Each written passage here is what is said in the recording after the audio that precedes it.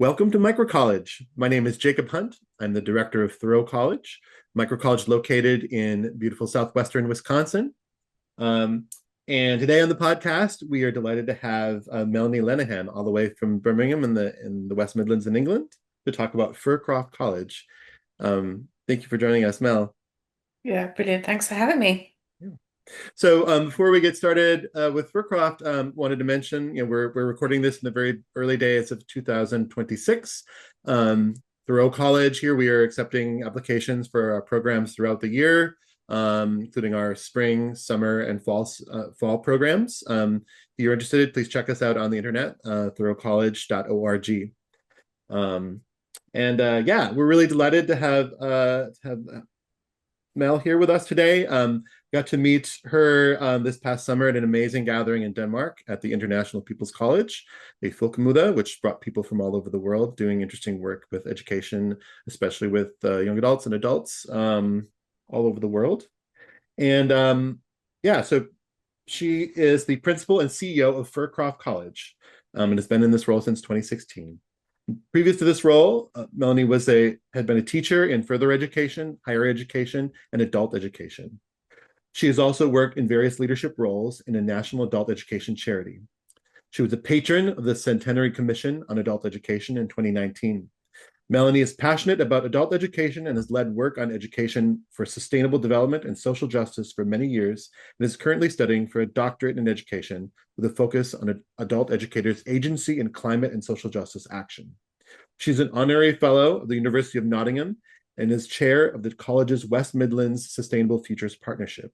She's also chair of the Association of Colleges Sustainability and Climate Change Reference Group, and is also a trustee of EAUC, an organization that provides sustainability and infrastructure support for post-16 education across the UK and Ireland. So thanks again for joining us today. Oops. Thanks. Yeah. Thanks. Yeah. So here on the podcast, we start with talking about people's young adulthood and about yeah, their period in life that's similar to the students that we work with here. So you could take us back to when you were 17, 18, 19, 20 years old. Can you talk about where you were and what were the big influences in your life in that period? And yeah, what stands out as you think back to that time? Oh, that's going back a long way. Um, so I grew up in London. So I am although I live in the Midlands in England now. Yeah, I grew up in London in an Irish family. So my parents, I'm kind of first generation born in England, really. So grew up in a large Irish community, and although I was obviously educated in the kind of English system, I had very much roots in Irish culture. So I was an Irish dancer. I used to play the Irish flute, and spent a lot of my childhood holidays on my grandparents' farm, which is in a place called Donegal, which is in the northwest of Ireland, kind of in the middle of nowhere, mountains, sea, lots of sheep, which is kind of where I think I got my love of being in nature and my appreciation for the kind of natural world. So I became a vegetarian at a very young age, which was unheard of in Ireland in the kind of 1980s and even England in the 1980s. And kind of got very impassioned about animal rights and animal welfare, partly to do with where my kind of nature connectedness, but I was also a big fan of music and into the Smiths. And I don't know if many of you might remember the Meat is Murder album had a very kind of profound effect on my life to this day, really. But in terms of where I was at kind of 17, 18, so I was kind of studying for my A levels, which is the kind of last bit of your sort of compulsory education in the UK. And I'm actually the first person of my totality of my family to go to university. Uh, I was the oldest. My mum is the oldest of her family, and my dad is too. And I'm the oldest of me and my sister. And so, although we're a big family and we have many cousins, no one across either of our families had ever gone into kind of higher education before, really. So I was kind of at that point navigating my way and thinking about going into higher education, really, of which I knew nothing. I didn't know anybody who'd been to university. My parents obviously hadn't been to university. And so it was this kind of world of wonder, really, that was kind of opening up for me. I was a fairly studious student, loved to learn still then. So the university pathway was a kind of option for me. So at that point, I was deciding what I was going to do, which kind of courses I wanted to do and follow, and also where I wanted to live. Because in the UK, I don't know if it's the same in America, but especially in the kind of early 90s, you went away, you left home at 18 and you went away to study, really.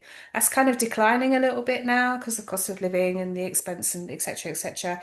But back then, all those decades ago, it was just something that you did. So these were kind of big choices that I was having to face, really, pretty much on my own, because I didn't have that kind of social capital around me for people to kind of guide me, which was fine.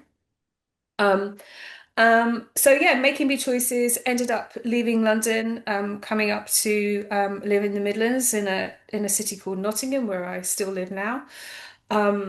And yeah, embarked on a kind of a university journey, which kind of sort of profoundly changed my life, really. Um, I was kind of partly by accident ended up studying critical theory, feminist studies. So was immersed in the world of the Frankfurt School, and also probably the most profound thing that happened to me was that I found Paulo Freire and the pedagogy of the oppressed uh-huh. in my in my sort of critical studies. Um, and that really made me think about differently about kind of education and kind of where what I wanted to do, really, and if that's kind of one thing that sort of moved me into the space of kind of radical education and education with a kind of social purpose and for social justice. um I could probably pinpoint it on there. Yeah. Yeah. Well, that's great. We'll want to come back to that because I think Paulo Freire has not had a proper introduction on the Micro College podcast yet, and certainly had due time for that. So that's great. So yeah, I think the stories that you share there are really are interesting. I've been asking this question to people for over 3 years now, and it's I'm always interested to see the patterns. And yeah, so I wonder if you describe growing up in an Irish family, growing up in London, going to the Midlands. That feel like a different culture? Was that far enough away to be like a little bit of a you're in a different cultural zone? Yeah, it was a definite culture shock. I mean, growing up and living in, this capital city of the UK was an amazing experience, and for all sorts of reasons, but particularly as a teenager and with a love of music and being able to, go and see live music pretty much every day of the week if I wanted to. That was amazing. Yeah, it was very different, and a very, Nottingham in the 90s was a city and a county which had been quite decimated by the Thatcher years, and it's the kind of surrounding areas of Nottingham are coal mining, what were coal mining communities. So there was a lot of a lot of deprivation, a lot of poverty. But I think not that I kind of noticed that, really. I don't Hmm. think too much. What I noticed was the accent, which Hmm. was so Aot Miduk is a Nottingham great saying. The fact that people say thank you when they got off the bus, that was like a huge revelation to me, because Londoners do not say thank you for anything. Uh-huh. Um, and they still don't today. So I suppose kind of if it felt smaller, um, and not in a bad way necessarily. But I think the thing that profoundly opened up to me was that I met so many different people. People that I would, from all over the country and the world actually. Um, and that was the kind of that had a sort of the sort of profound impact on me, I think. And I'm still my best friends now are the people that I met at university, really. So, they were very deep relationships that I formed in those kind of formative years. Yeah, as a result of kind of moving to the provincials, as they say. Yeah, so you've made your life and career there, and I think from just reading about Fircroft, like the changing demographics and just the economic situations there of the Midlands are an important part of the work of Fircroft College. Yeah. So maybe could you describe the region a bit more? Like you've got a bit of a sense of deindustrialization, the coal mines closing down. Can Yeah. you talk about just the demographics or what kind of a place that this is? Yeah, so I live in the east of the Midlands and I work in the west of the Midlands. So there's a 60-mile difference between where Okay. I live and where I work. So I'll talk a little bit more about where Fircroft is based, which is a city called Birmingham. It's the second largest city outside of London in the UK, so a big city, Hmm. very urban.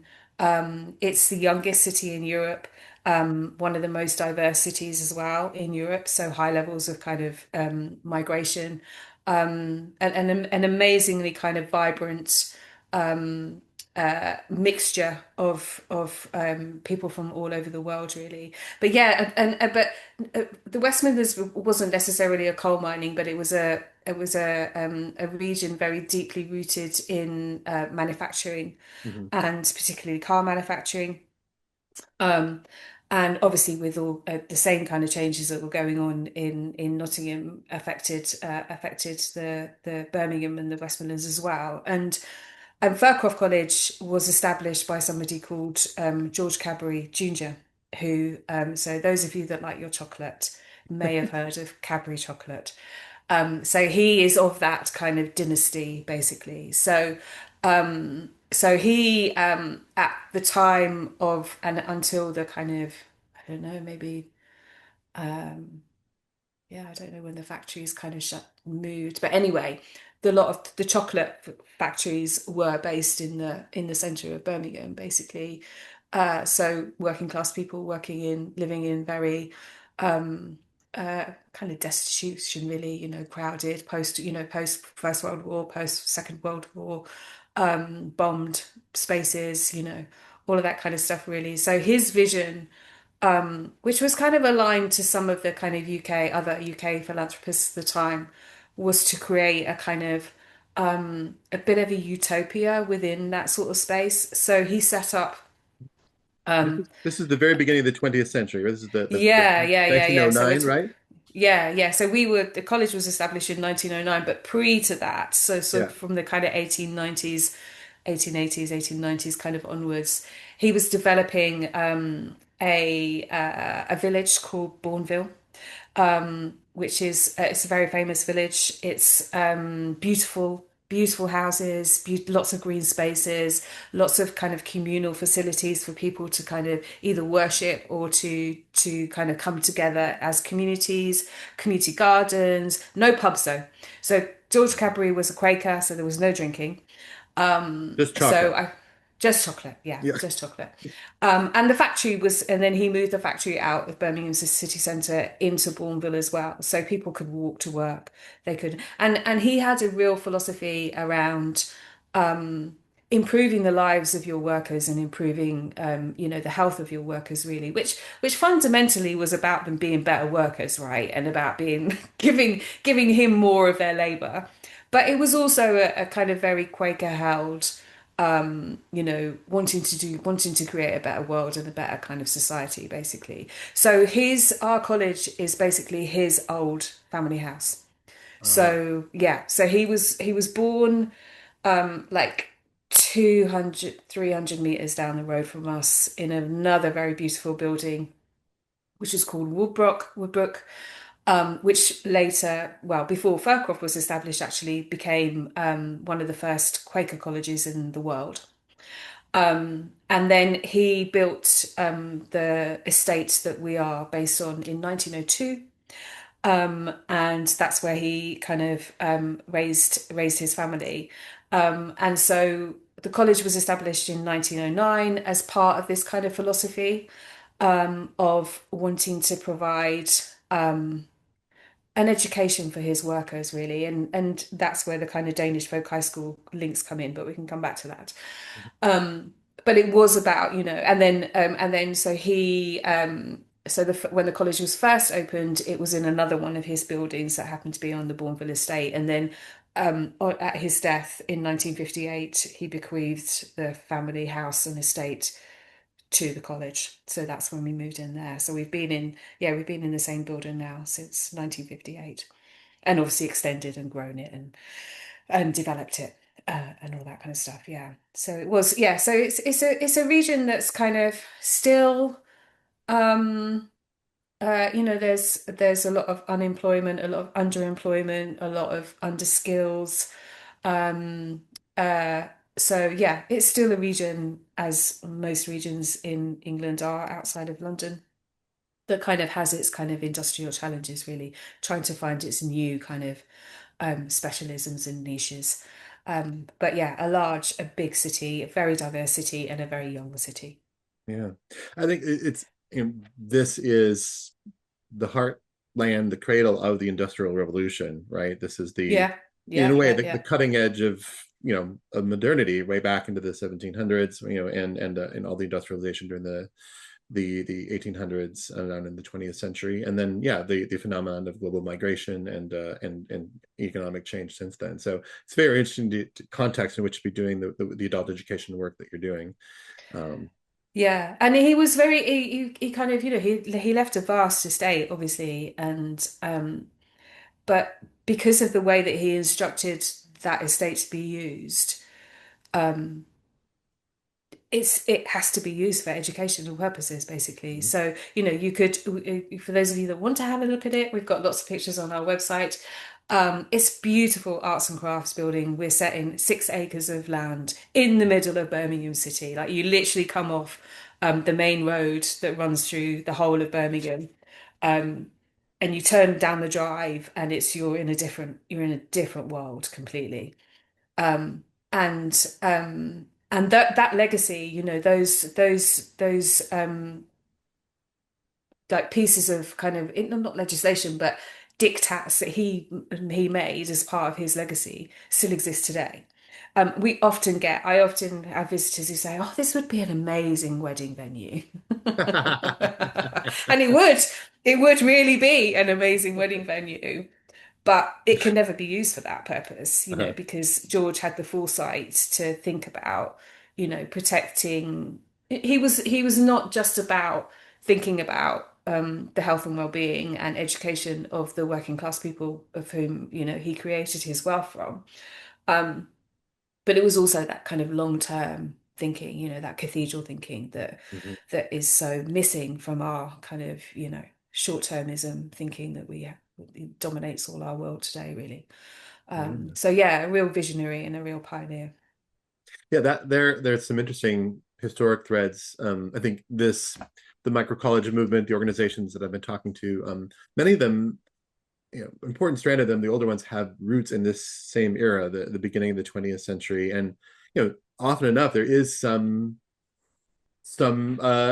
capitalists, some industrialists who's thinking a little bit differently about his workers, and so what comes to mind right away is the Waldorf schools, the Waldorf movement global. It's called Waldorf because it was started with workers, the children workers of a cigarette factory in Stuttgart in Germany, and yeah, there's a lot of resonances, I think, from what you're Yeah. describing there.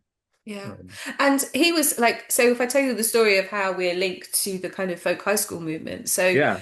So Cadbury, major industrialist in Birmingham, which was like it was a major industrial hub.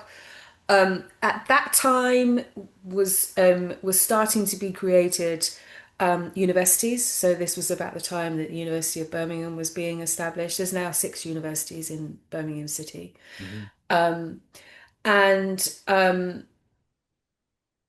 and obviously, and a wonderful story about George Cadbury is that he was interested not only in the kind of, where his workers lived, but also how they were educated, and that his father and him would cycle in from where the college is, which is about 2 miles from the kind of very, very centre of Birmingham.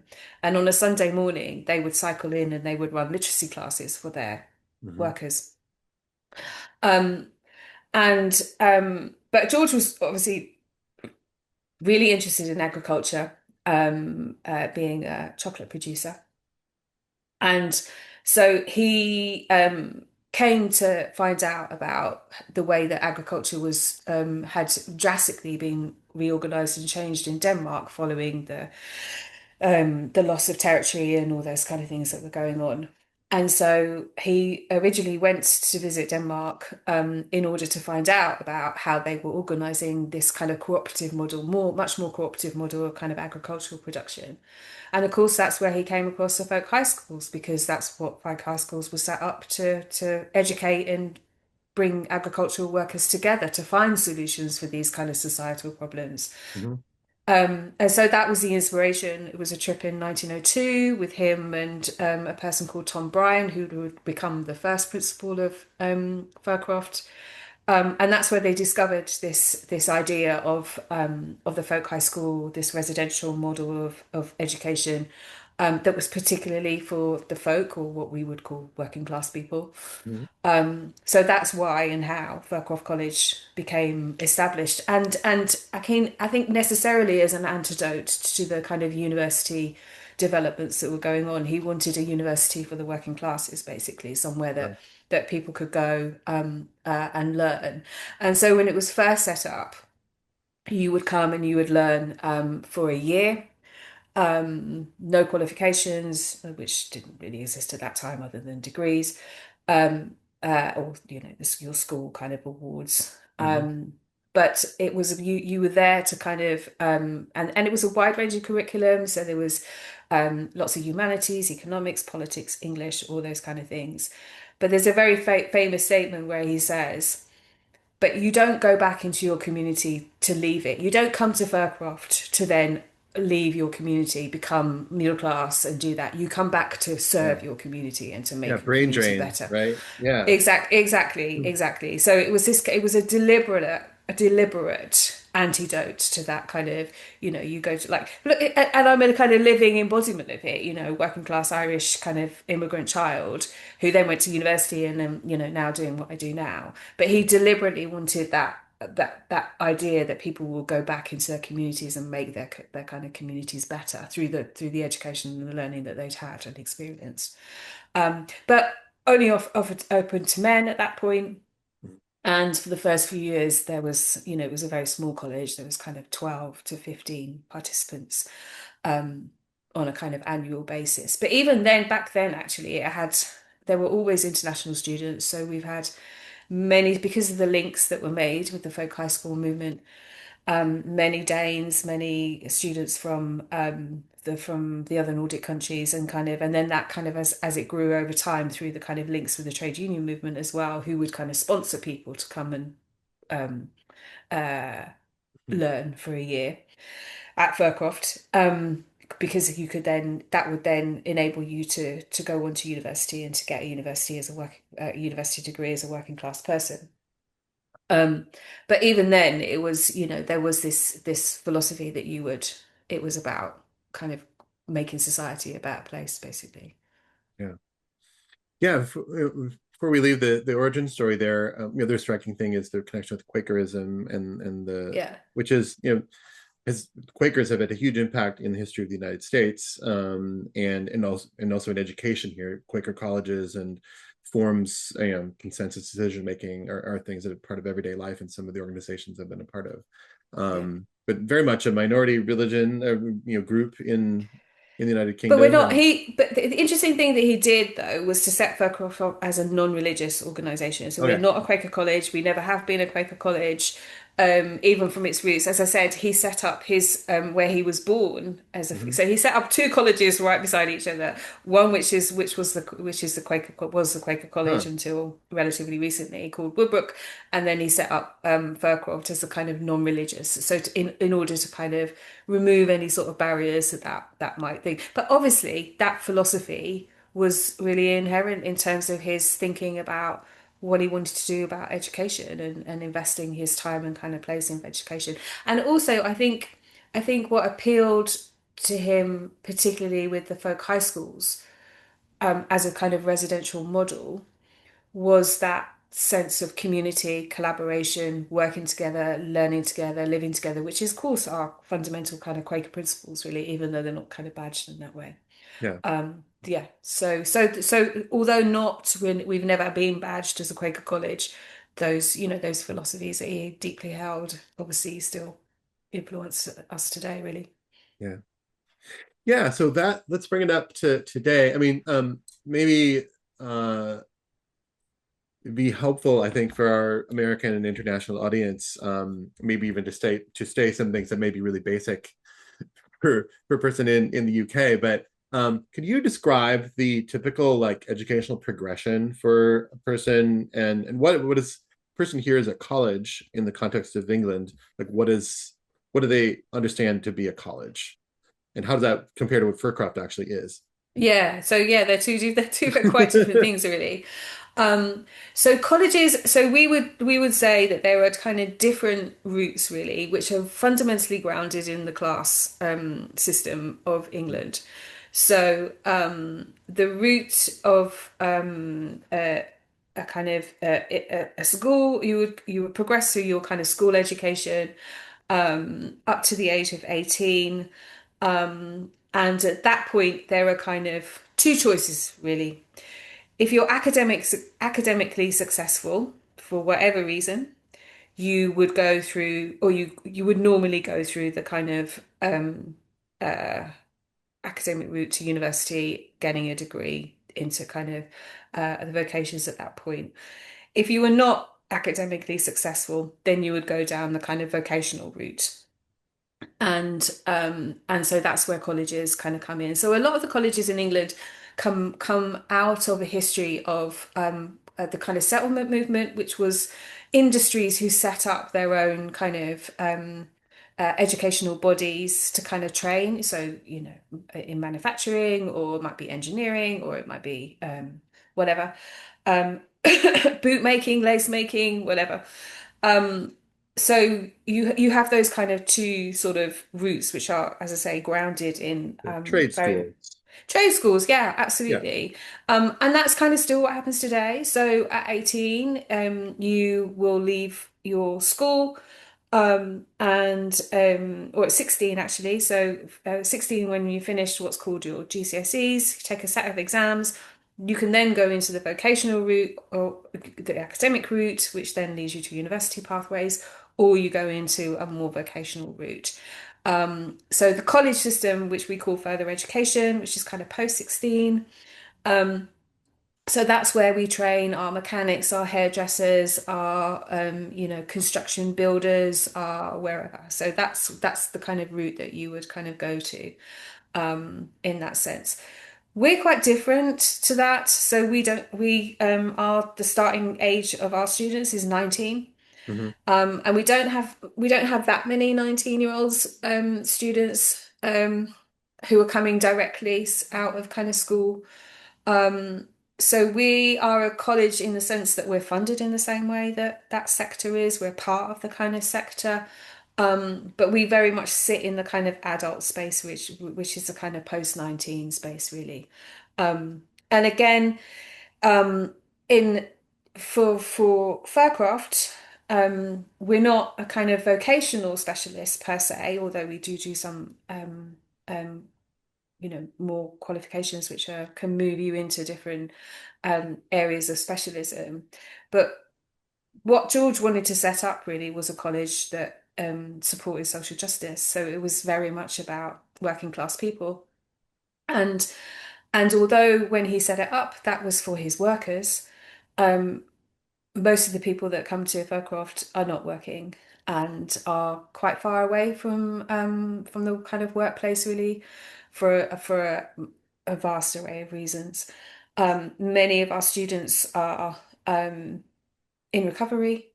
Many of them have had difficult and challenging lives due to a variety of reasons, mostly class, mostly wealth, mostly, or not wealth, or not privilege, Mhm. which can compound the kind of situation. They probably went to a school in a bit of a crappy area, not great school, not great results, so you were never going to go down that vocational route, the academic route. Um, yeah, so many, the vast majority of our students, we call it it's called sometimes called second chance education. So for kind of adults who want to kind of re-engage. For our students, it's last chance education. Mhm. This is at a point where they've been through a very difficult, difficult life kind of period, whether that's been all their lives or, as a result of something that's happened to them.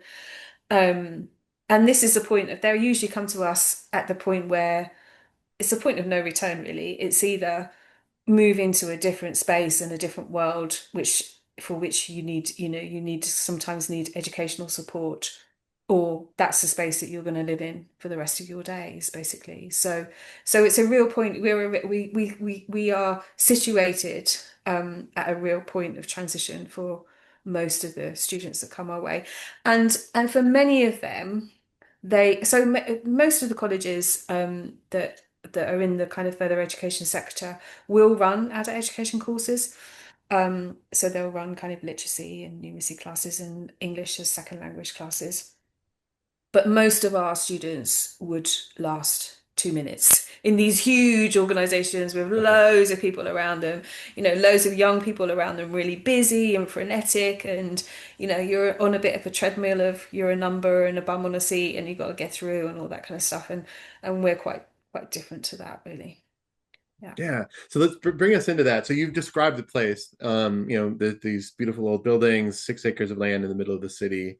Yeah. Um, how many people are participating in programs there at any given time? So we are uniquely now the only independent residential college, adult college in the UK. And so we have 49 bedrooms on site.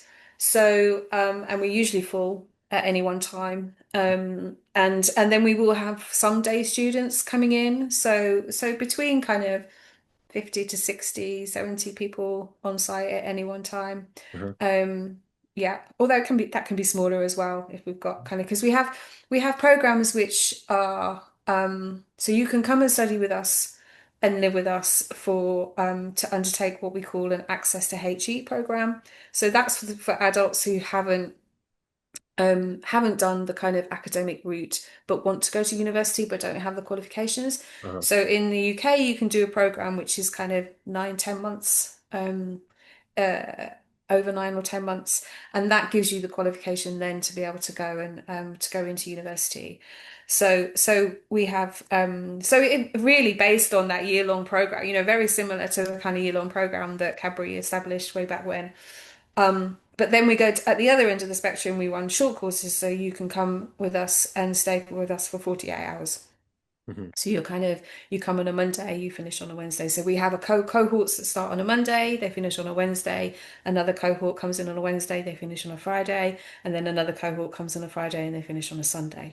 So we're a kind of continually having different people coming in. And so we have a kind of core group who are there for like most of the academic year, and then people who are coming in and out at various different times. So it makes for a very vibrant, Mhm. space, even though we're very tiny and we're very small. We're probably one of the smallest colleges in the country. It is very vibrant, and there's lots of new and different people coming in at any one time, really. And the people in those different streams or programs are interacting with each other. They would experience being part of a campus community during those periods, even if they're there for Yeah, 48 hours. Yeah, for sure, for sure. So, food is a really big part of the college, Mhm. and so we all lunchtime is the same for everybody. We all stop. Everyone has lunch at the same time, and then our evening activities are also shared activities. So we have activities that go on during the week.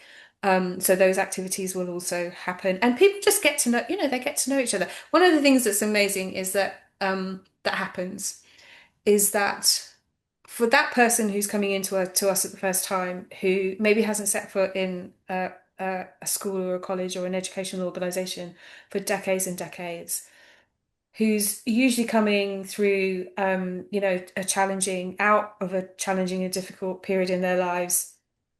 Most of our students present with some kind of mental health challenge as well. Mhm. And many have physical kind of, whether that's cognitive loss due to drug and alcohol abuse or physical kind of impacts from just kind of lifestyle, really. Um, so even for that very first person who comes in, they see immediately people who are like them, who Mhm. look like them, who speak like them, who dress like them. Um, who are going to university in a few months' time, you know? And it Yeah. has this amazing kind of way of raising ambitions, which we have very little. I mean, we do lots of progression and lots of information, advice, and guidance and all that kind of stuff. We do all of those technical things that we do about you do this course and then that will give you you'll be able to progress onto this and then you can do that, all that kind of information stuff, which is really important. But the most important bit is that they see people like them going on to do things that they thought were never possible, really. And that's hugely transformative, really. So yeah, people get to know each other, and they do, they kind of look after each other. They kind of the groups form very quickly because of that kind of residential, learning that, you have the kind of the formal learning in the classroom, you have the informal learning in kind of enrichment activities, and then all the learning that takes place, they're always talking about what they've learned over lunch or a cup of coffee or whatever. And then a few years ago, two of the teachers at Fircroft who were part of the People's Future Lab program came to Denmark with me and were immersed in the culture of singing. So they brought singing back to Faircraft, which I've Oh, been trying cool. to do I've come back to Denmark. I mean, I've been going to Denmark for like 10 years now, and I come back every time going, we need to sing, we need to be singing, and everyone would be like, yeah, whatever, Mal. One of Very her, important. another crazy idea that she's trying to introduce to us. But it took Holly and Zoe came back, and every Tuesday and every Thursday at 2:45 all the classes stop and many of the staff join as well and we all communally congregate and yeah, we sing a song together, which is like sometimes many times the highlight of my week, I have to say, actually. Yeah, so yeah, that kind of sense of community is really really important. um and yeah, it's the smallness is also really really important to kind of foster that very quickly. Yeah, it's a beautiful picture of a sense of community created in the space there, and that mutual support is that really resonates Yeah, with yeah, yeah, the lives of that you're describing there, and I would say that applies to many young people as well. Like some of the barriers there are expectation barriers, sense of I can't see myself doing this, I can't see yeah, myself in that role, and if yeah, they have some peers or some people who are a little bit ahead of them in that process, that's really powerful for sure. yeah, yeah, You yeah, for sure. know.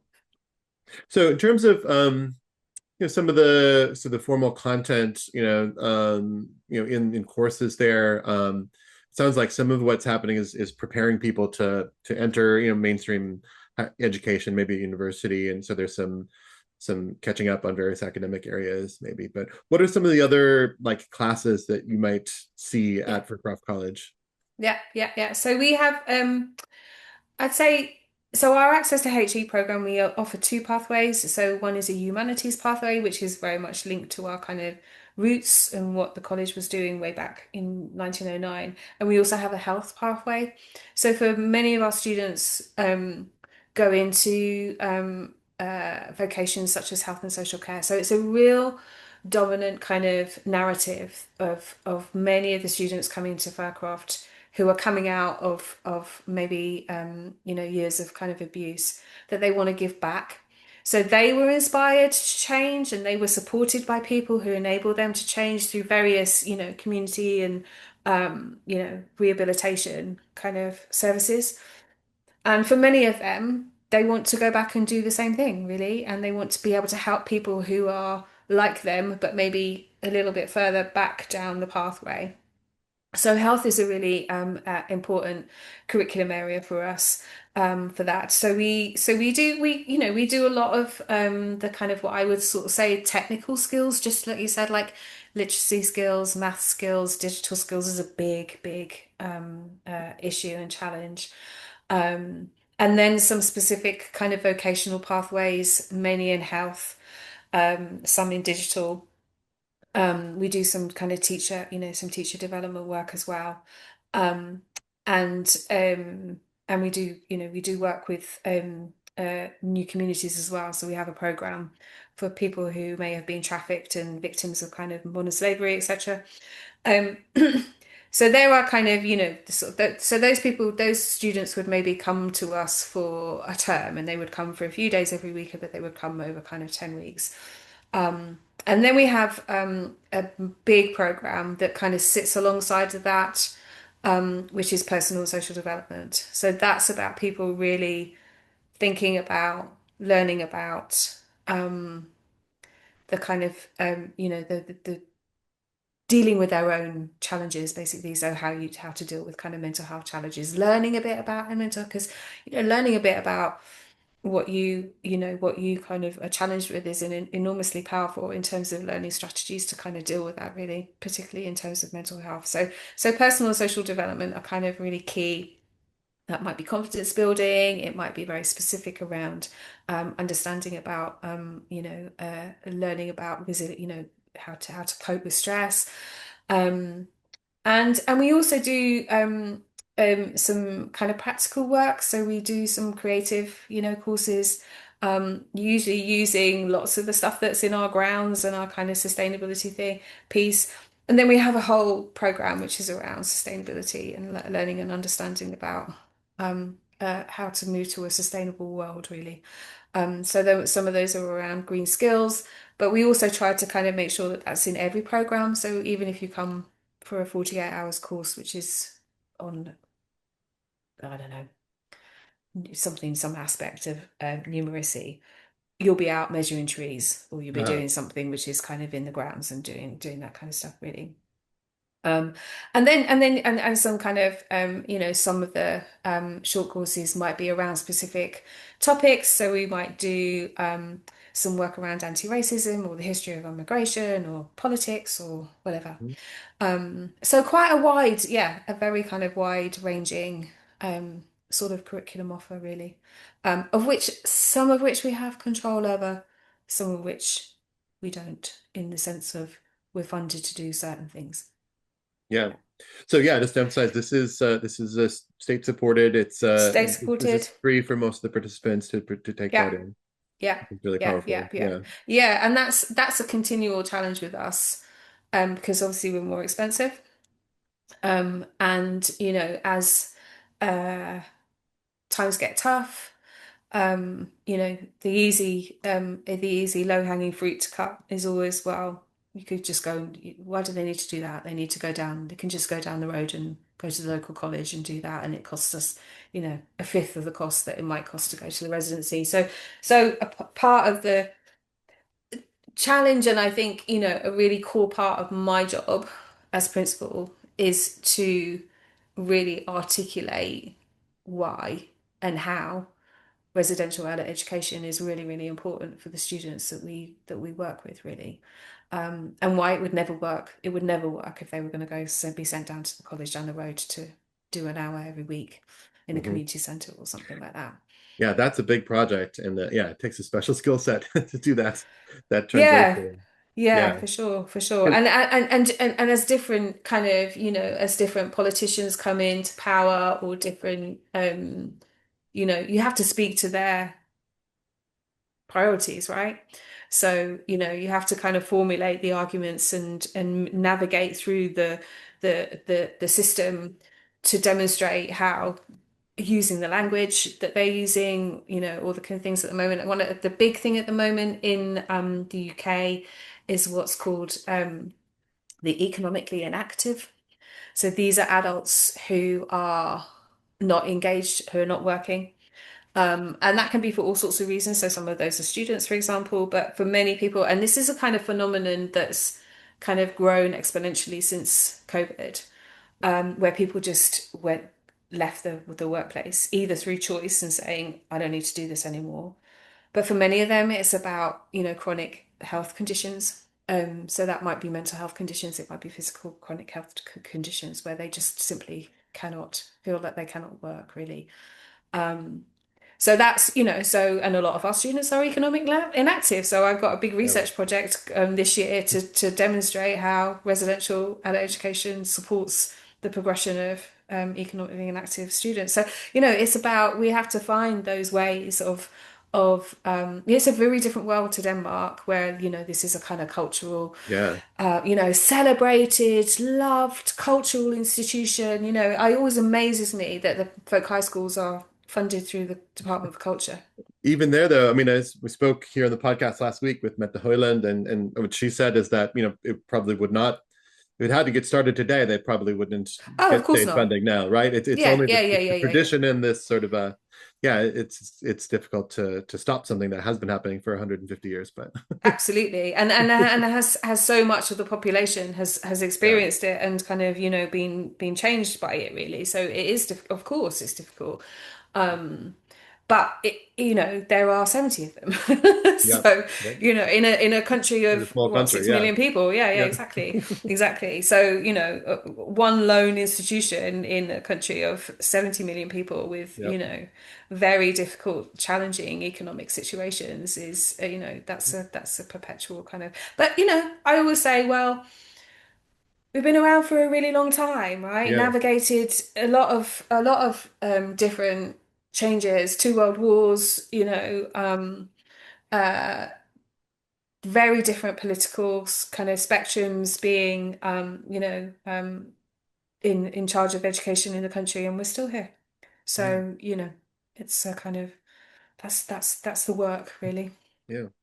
So I think that maybe leads into definitely wanted to talk about Paulo Freire and working with economically disadvantaged peoples of different categories is it may be difficult to advocate sometimes to governments and to funders just because of class and racial kind of other attitudes. But I think I'm wondering if you could talk about that about Paulo Freire and the pedagogy of the oppressed and maybe introduce our audience to that, and also how does that play into the work that you're doing there? Yeah, so Palaferi is so it's very linked to the kind of folk high school movement really. So this the notion of kind of so popular education is a kind of language the sort of language that's used to describe the kind of Freirean philosophy of education, which is that you always start with where your students are, right? So you start with the situated learning and experiences of where your students are, and you build education around that really. Um, and Ferrer was working in Brazil in the favelas. He was a kind of adult literacy teacher. And his philosophy was deliberately political. So it was like his stance was education is never neutral. It's always very political. And so education, from a kind of Freirean perspective and a kind of popular education perspective, is always about learning about systems of power, right? And learning about how systems of power work, because it's only in learning how systems of power work that we can collectively come together and fight those systems, which are usually oppressing various different groups of people in society, right?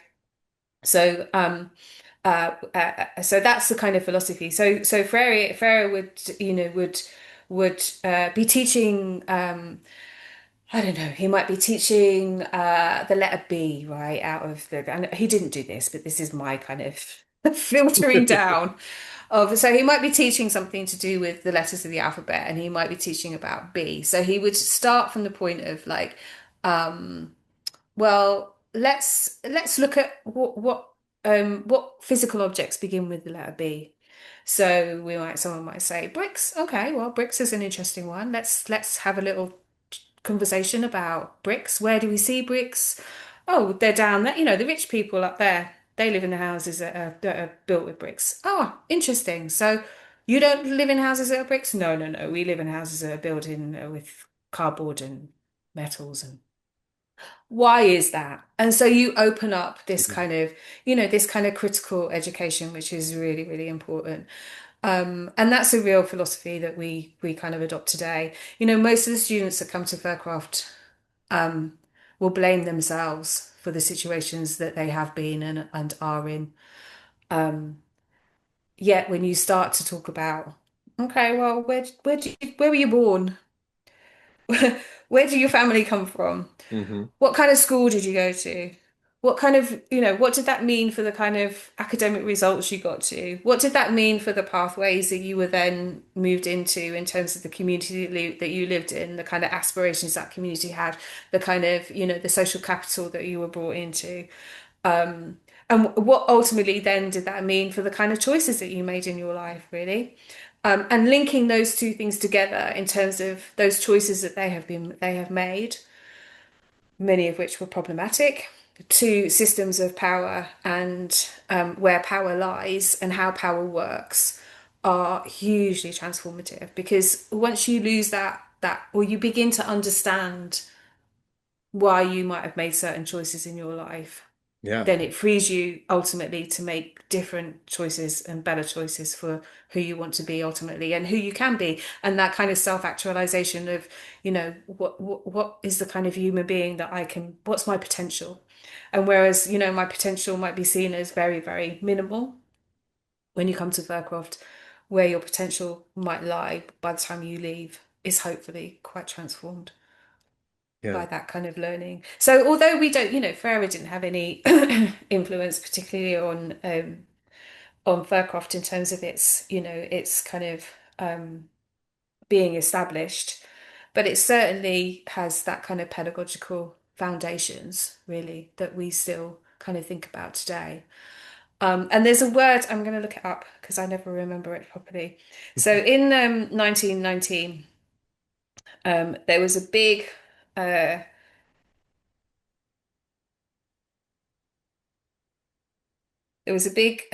report um, that was done by the Ministry of Reconstruction. So England was coming out of the First World War. Ministry of Reconstruction was set up to think about how we could completely change English society. And adult education was seen as a huge, huge part of that, really. It's a kind of pinnacle. And the Centenary Commission that I was a patron of was in 2019.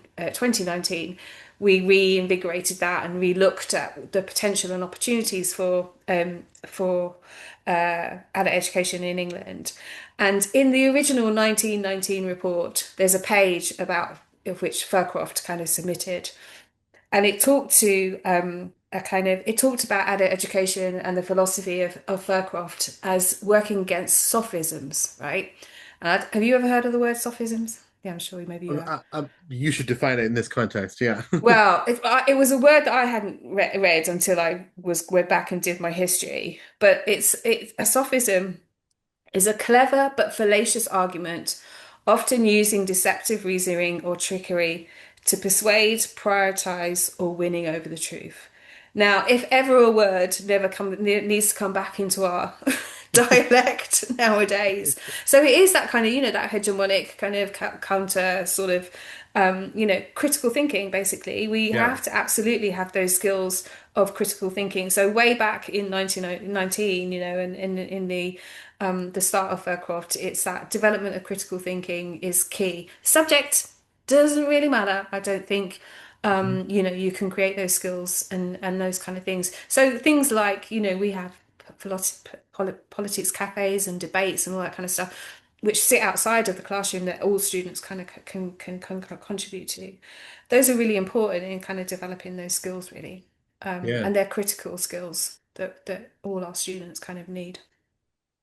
Yeah, that's wonderful. That's a connection, I think, also with the folk high schools, right? Yeah. There's a way that the content, right? These folk high schools in Denmark are all kinds of things. There's sports, Yeah, there's arts, yeah, there's sustainable agriculture, there's camping expeditions, but the core of it are these social skills of communication, of living together, of conflict yeah. resolution, and I think, as you're saying, also reasoning, like critical thinking, and that can be applied to lots of different things, but it needs to be done with other people, right?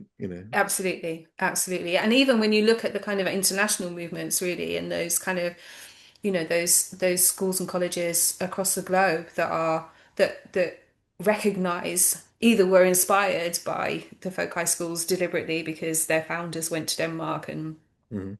were folk high school students, or were profoundly influenced in different parts. That for me, that's the core philosophy that ties us all together, because we're all working in very different contexts in very different parts of the world. In very different communities, sometimes with very different types of students. Danish students are very different. The Danish students that go to the folk high school are very different to the students that come to Fircroft. Right. Um, but we have this kind of core pedagogical philosophy, which is around learning to live and be together in the world, really, and making the kind of world a better place. And and like Highlander, which is like often posited as the kind of the folk high school outside of Denmark. Frere and Mars Horton were really good friends, and Yeah. there's books if people want to read more about it. I think it's the way we walk, or I can't remember the name, but anyway, Make the road by it's walking. make the road by walking, Mhm. which is this dialogue between the two of them Yeah. around that kind of educational philosophy, really. For me, that's the thing that kind of ties us together, I think. Yeah, absolutely. Yeah, I really appreciate knowing about Fircroft and the work that you're doing there. In our context here, we're in a very rural place. Some of the things that we do as students, which include expeditions, camping trips, things like this, the fine arts. People ask me often, like, do you think this would work in a city, or would it work, with it? It seems like a thing for privileged people, and I think, I know enough examples, where this is, I mean, our students are actually quite diverse who come here. And, I think that this is the type of education that is urgently needed, for everyone, really. Absolutely. And, Yeah, and I think that absolutely. it's a great example. And then have what you're doing there happening so long Yeah. is really And I think there's inspiring. different ways of looking at that kind of residential living, working together. There is that kind of, there is that element of kind of privilege, but there's also, the element of, for our students, it's a haven to escape from the Exactly. chaotic and difficult world that they live in from on a daily basis. These kind of spaces of sanctuary, really. And I think whether you're coming from a position of privileged, or you're coming from a position of being minoritized and marginalized, that haven and that space of kind of where it's totally immersive, and you can, you're kind of, you're there, is universal, I think, across the board. Yeah. Absolutely. Yeah, and also I think the other thing that's striking is the diversity of ages that you're working with. I think that's a question I get as well. Is this, what does this look like for people who are who are older than a traditional university age student? Yeah. But Yeah. that's really Everyone cool. deserves a second chance. Yeah. Yeah. So cool. Well, thank you so much for taking the time to tell us about it and for your leadership there. I'm really glad to know about it and to share the story with the world. Thank you. Thanks, Jacob. Thank you for having me. Cheers. Cheers.